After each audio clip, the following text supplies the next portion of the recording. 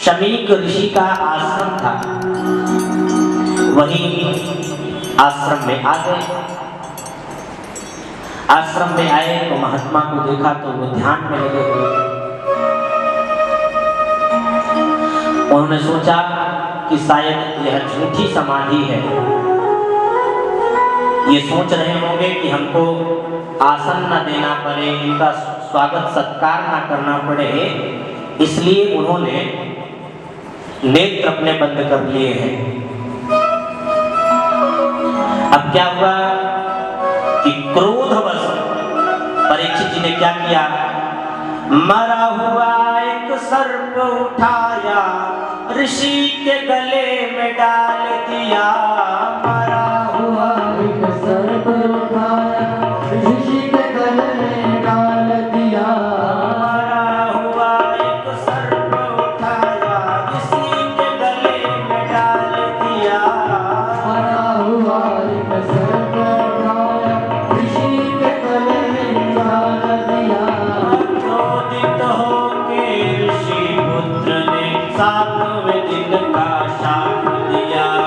क्रोधित होकर ऋषि पुत्र ने 7वें दिन का शाप दिया। इसलिए शंकर कहे जो तरना चाहे, शंकर कहे जो तरना चाहे, जग में कर ले कर्म भला। इस दुनिया में भाग्य के आगे नहीं किसी का जोर चला। राम सिया राम सिया राम सिया राम, राम सिया राम सिया राम सिया राम, राम सिया राम सिया राम सिया राम, राम सिया राम सिया राम सिया राम। अब इधर परीक्षित ने गले में सांप मरा हुआ डाल दिया और अपने राजधानी की ओर चल पड़े। वो तो पहुंच गए।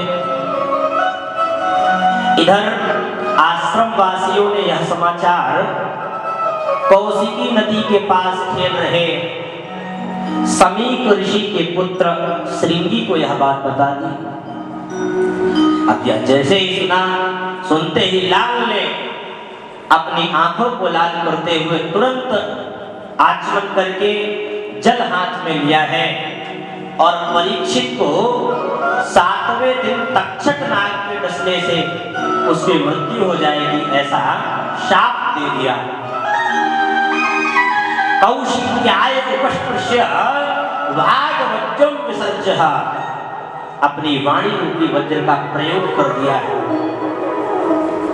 बोले इति लंघित मर्यादं तक्षकः सप्तमे हनि, दक्षति स्म कुलांगारं चोदितो मेत तद्रुहम्।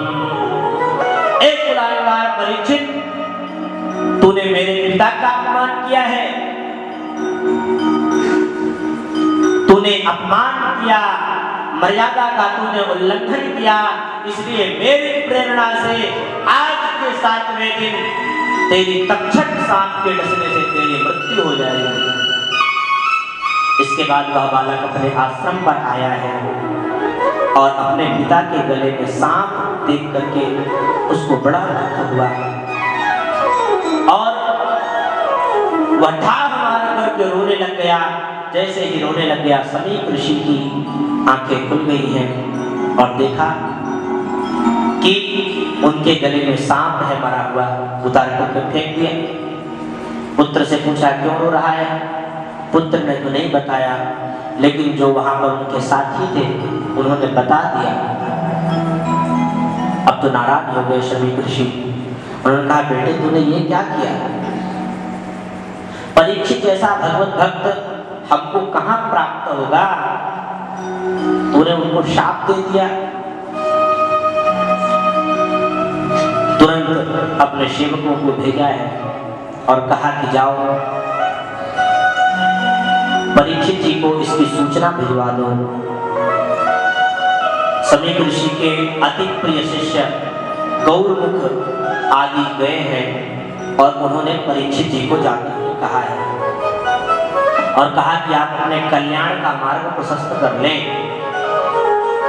संत के ऐसे विचार होते हैं कि आप अपराध भी कर लें तो अपराध करने के बाद भी दया कर देते हैं। उधर राजधानी पहुंचकर राजा परीक्षित ने जैसे ही मुकुट पहन करके क्योंकि गए थे और उस मुकुट में ही कलयुग का वास था, तो जैसे ही अपने मुकुट को उतारा है वैसे ही स्मरण आया कि आज तो मुझसे बहुत बड़ी भूल हो गई, मैंने ब्राह्मण का अपमान किया है, सत्य का अपमान किया है।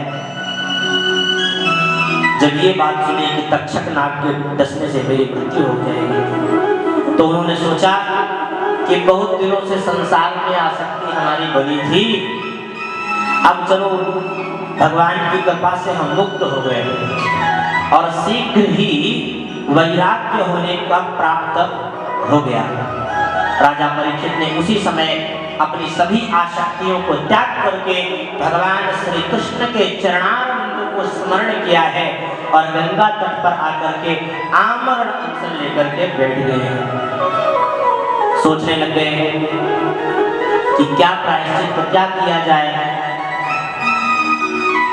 क्योंकि अवश्यमेव भोक्तव्यं कृतं कर्म शुभाशुभं नाभुक्तं क्षीयते कर्म कल्पं कोटिशतैरपि। मनुष्य जो कुछ भी अच्छा या बुरा कार्य करता है उसका फल उसे अवश्य भोगना पड़ता है। अनंत काल बीत जाने पर भी कर्म फल को प्रदान किए बिना नाश को प्राप्त नहीं होता। पुण्य का परिणाम सुख तथा पाप का परिणाम दुख होता है। कर्म प्रधान विश्व कर राखा, जो जस करहि सो तस फल चाखा।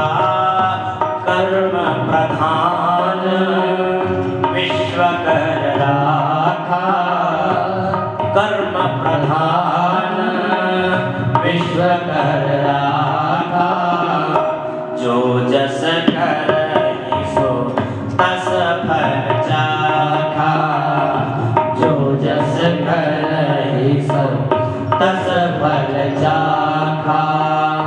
काहू न को सुख दुख कर दाता, काहू न को सुख दुख कर दाता। निज कृत कर्म भोग सब भ्राता, निज कृत कर्म भोग सब भ्राता। कर्म प्रधान विश्व कर राखा, कर्म प्रधान विश्व कर राखा, जो जस करहि सो तस फल चाखा, जो जस करहि सो तस फल चाखा। तो यह महाराज परीक्षित गंगा किनारे पहुंच गए हैं। वहां पर अत्रि वशिष्ठ च्यवन देवल जमदग्नि भरद्वाज आदि महापुरुष वहां पर परशुराम व्यास जी आदि के साथ पहुंचे हैं। ऋषि मुनि अपने शिष्यों के साथ गंगा किनारे आ गए हैं। राजा ने सबका यथा योग्य सत्कार किया है और उनके चरणों में वंदना की है। अहो वयं धन्यतमा नृपाणां महत्तमानुग्रहणीयशीला, राज्यं कुलं ब्राह्मणपादशौचात् दूरात् श्रेष्ठं बदगर्ह्य कर्मा। राजा परीक्षित ने कहा कि हम समस्त राजाओं में धन्य हैं और धन्य ही धन्यतम हैं, क्योंकि अपने शील के कारण हम आप महापुरुषों के कृपा पात्र बने रहे। राजवंश के लोग प्रायः निंदित कर्म करने के कारण ब्राह्मणों के चरण धोवन से दूर पड़े रहते हैं। लेकिन हे प्रभु, सब अवस्थाओं में और विशेषकर थोड़े ही समय में मरने वाले पुरुषों के लिए कर्म कौन सा है वह बताने की कृपा करें। ऐसा परीक्षित जी कह ही रहे थे, तभी अचानक से क्या हुआ? तत्र भवद भगवान व्यास पुत्रो यदृच्छया कामट्यमानुपेक्षः अलक्षलिंगो निजलाभतुष्टो वृतस्य बौले अवधूतवेषः वृतस्य बौले अवधूतवेषः वृतस्य बौले अवधूतवेषः। उसी समय पृथ्वी पर अपनी स्वेच्छा से विचरण कर रहे व्यास नंदन भगवान श्री सुखदेव जी महाराज वहां पर आ गए ही नहीं कहा, प्रकट हो गए। वो पैदल आ रहे थे अकेले, तो क्या हुआ? क्योंकि वस्त्र आदि धारण नहीं किए थे, तो बहुत सारी स्त्रियों और बच्चों ने नंगा बाबा आया कह के दौड़ाने लग गए। लेकिन जैसे ही उस सभा में पहुंचे हैं तो वहां जितने भी महात्मा थे उन सब ने खड़े होकर के अभिवादन किया, नमस्कार किया। राजा परीक्षित ने देखा कि ये तो अत्यंत तेजस्वी है, यह कोई सामान्य बालक नहीं है। जैसे इतने बड़े बड़े महापुरुष महात्मा मलात्मा विमलात्मा नमस्कार कर रहे हो, वह सरल नहीं हो सकता। तो परीक्षित ने भी लेट करके सिर झुका करके प्रणाम किया है। उनके स्वरूप को न जानने वाले वह बच्चे और स्त्रियां जो चिल्ला रहे थे, जैसे देखा कि अरे हमारे यहाँ के महाराजा प्रणाम कर रहे हैं, तो तुरंत वो सब वहां से भाग गए। परीक्षित ने प्रणाम किया है और श्री सुखदेव जी महाराज से बड़ी सुंदर और मधुर वाणी में कहा है, अतः पृच्छामि संसिद्धिं योगिनां परमं गुरुं पुरुषस्य ह्यत्कार्यं म्रियमाणस्य सर्वथा।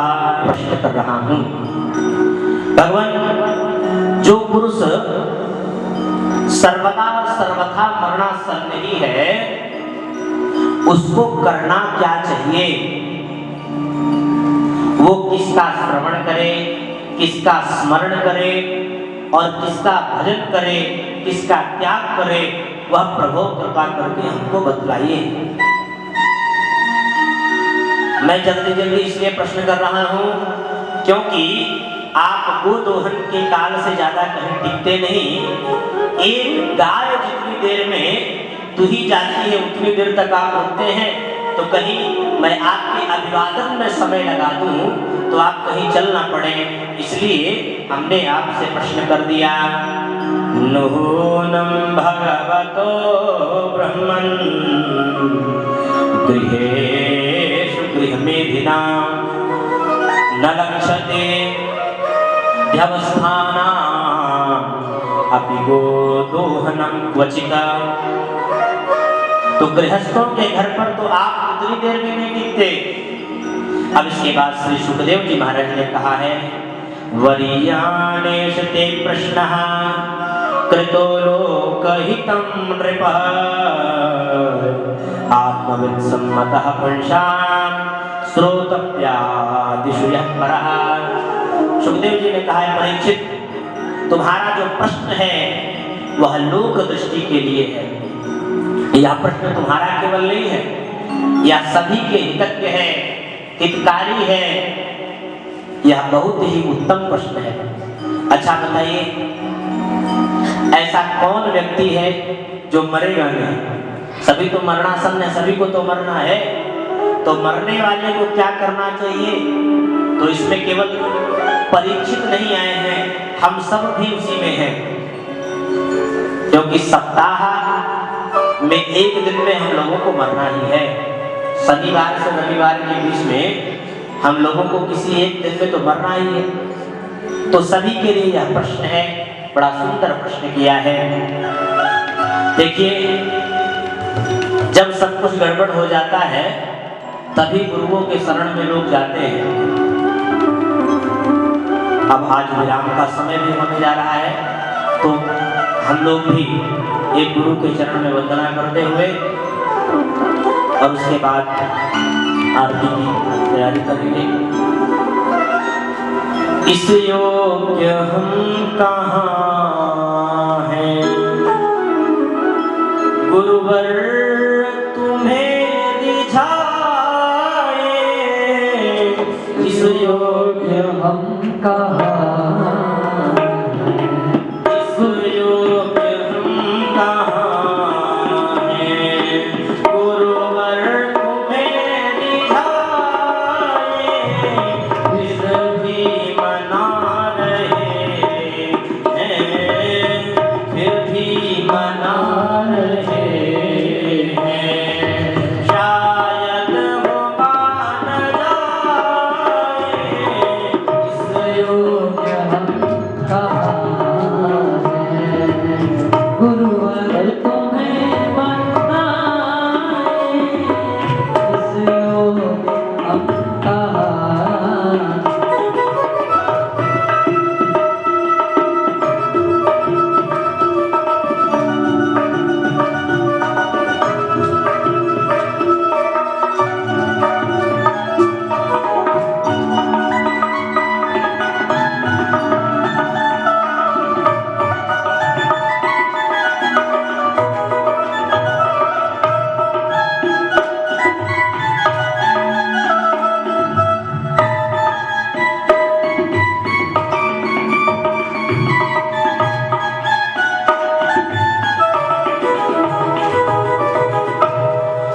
जब से जन्म लिया है विषयों ने हमको घेरा, जब से जन्म लिया है विषयों ने हमको घेरा, छल और कपट ने डाला इस भोले मन पे डेरा, छल और कपट ने डाला इस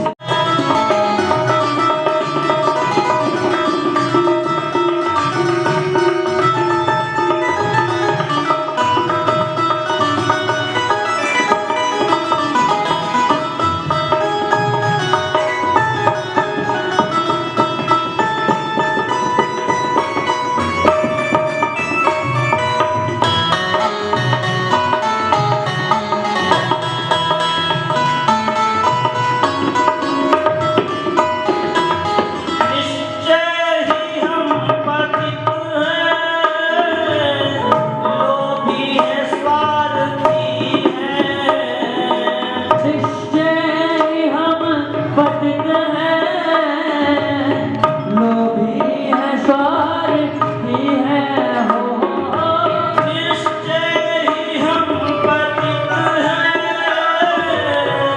लोभी हैं, स्वार्थी हैं, निश्चय ही हम पतित हैं, लोभी हैं, स्वार्थी हैं, तेरा ध्यान जब लगाए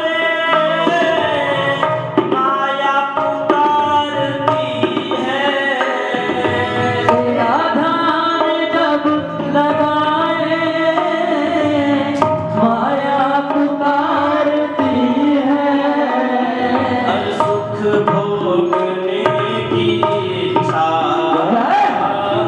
सुख भोगने की इच्छा कभी तृप्त हो न पाए, इस योग्य हम कहाँ हैं गुरुवर तुम्हें बनाए, इस योग्य हम कहाँ हैं।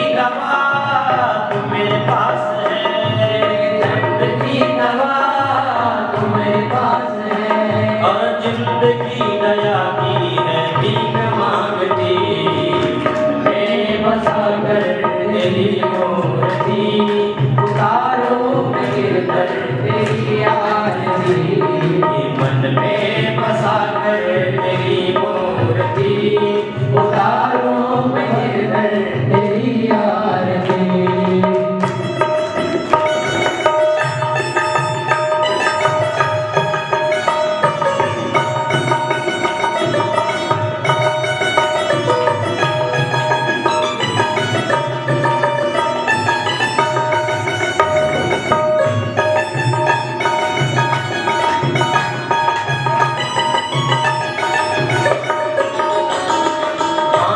तुझसे क्या मैं यही सोचूं भगवन, जिंदगी जब तेरे नाम करती अर्पण, मांगू तुझसे क्या मैं यही सोचूं भगवन, जिंदगी जब तेरे नाम करती अर्पण। मांगू तुझसे क्या मैं यही सोचूं भगवन, जिंदगी जब तेरे नाम करती अर्पण, मांगू तुझसे क्या मैं यही सोचूं भगवन, जिंदगी जब तेरे नाम करती अर्पण। सब कुछ तेरा कुछ नहीं मेरा, सब कुछ तेरा कुछ नहीं मेरा, सब कुछ तेरा कुछ नहीं मेरा, सब कुछ तेरा कुछ नहीं मेरा। चिंता है तुझको प्रभु संसार की, मन में बसा कर तेरी मूर्ति, उतारो मैं गिरधर तेरी आरती, मन में बसा कर तेरी मूर्ति, उतारो मैं गिरधर तेरी आरती।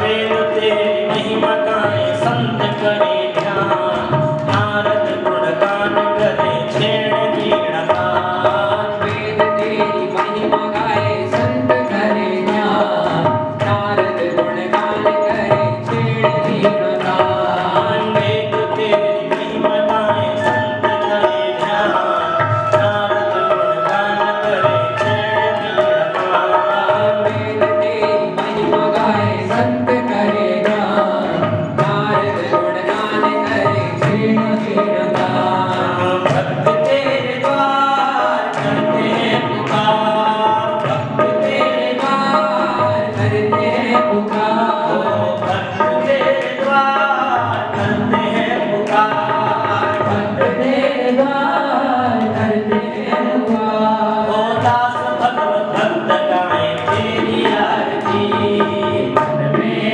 बसा कर तेरी मूर्ति, उतारो मैं गिरधर तेरी आरती, मन में बसा कर तेरी मूर्ति, उतारो मैं गिरधर तेरी आरती, मन में बसा कर तेरी मूर्ति, उतारो मैं गिरधर तेरी आरती।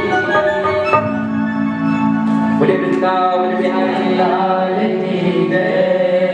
कर्पूर गौरम करुणावतारम संसार सारम भगेन्द्रहारम सदा वसंतम हृदयारविंदे भवं भवानी सहितं नमामि।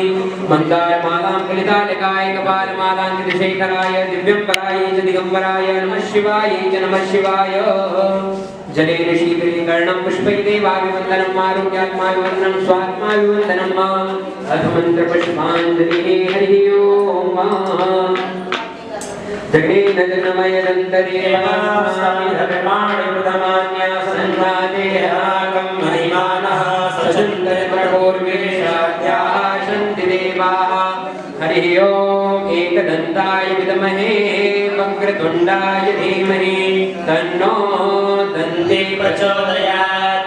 हरिः ओम् नारायणाय विद्महे वासुदेवाय धीमहि तन्नो प्रचोदयात् हरिः ओम् महालक्ष्म्यै च विद्महे विष्णुपत्न्यै च धीमहि तन्नो लक्ष्मी प्रचोदयात् हरिः ओम् तत्पुरुषाय विद्महे महादेवाय धीमहि तन्नो रुद्रः प्रचोदयात् हरिः ओम् चतुर्वेदाय विद्महे पंचमवेदाय धीमहि तन्नो श्रीमद्भागवतः प्रचोदयात् हरिः ओम् हंसाय विद्महे परमहंसाय धीमहि तन्नो श्रीशुकदेवः प्रचोदयात् हरिः ओम् नन्दनन्दनाय विद्महे यशोदानन्दनाय धीमहि तन्नो कृष्णः प्रचोदयात् हरिः ओम् वृषभानुजायै च विद्महे कृष्णप्रियायै च धीमहि तन्नो राधा प्रचोदयात् श्रीवन्दिका बकुलचम्पकपाटलाक्षे पुण्याकजातिकरवीरशालपूतये विर्वाप्रवाल तुलसीदलमञ्जरीभिः त्वां पूजयामि जगदीश्वर मे प्रसीद नानासुगन्धपुष्पाणि यथा कालोद्भवानि च पुष्पाञ्जलिर्मया दत्त गृहाण परमेश्वर अमित सुगंधित सुमन लिए सुमनलि भक्ति सुजान पुष्पांजलि अर्पित करूं मेरे नाथ करो स्वीकार प्रभु आप करो स्वीकार शरणार्विंदे मंत्र पुष्पांजलि समर्पयामि अदं प्रदक्षिणाः ओम यानि कानि च पापानि धर्मान्तरकानि च तानि सर्वाणि नश्यन्तु दक्षिणायां पदे पदे